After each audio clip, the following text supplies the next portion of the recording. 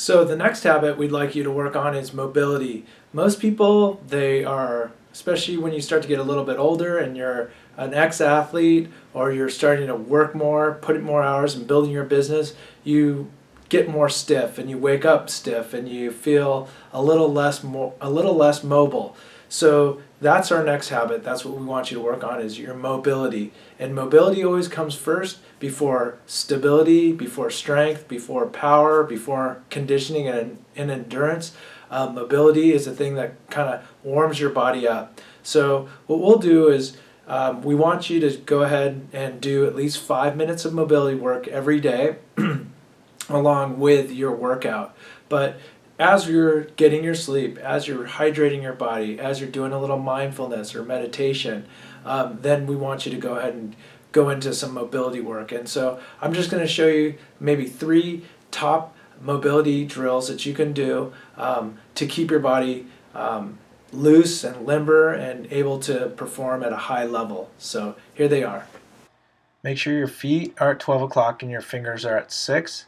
Make sure your chest doesn't dip down and your head forward. Lift the chest up like you have a fish hook underneath your sternum and push through the floor as far back as you can, feeling it stretch in your biceps and chest. Grab the foot with both hands. Make sure that the spine is nice and straight. The ear, the shoulder, the hip, and the knee should be in alignment, tucking the bottom underneath you. You don't want a big arch in your back.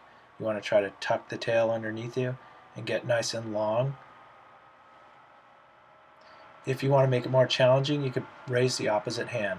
If you have a hard time grabbing your foot, you could always put a block underneath it. Make sure you tuck the tail underneath you and spine straight. Reach up with the hands if you can. To stretch another part of your quad, you could grab with the opposite hand and reach up.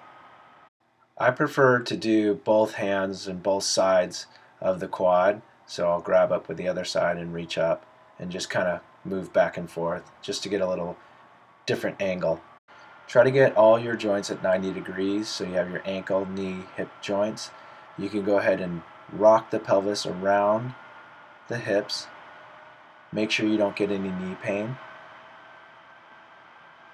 And keep the spine nice and tall. If you want to, you could also work in a little bit mobility work from doing little windshield wipers. You could go from there. You could put the hand and then you windshield wiper from the right to the left. Try not to use your hands.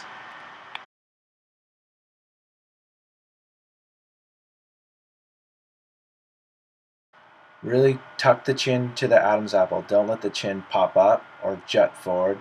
Get your spine as long and flat as you can. Grab your knees and slowly take some deep breaths in, making sure that your hips don't get jammed. But this is good hip mobility.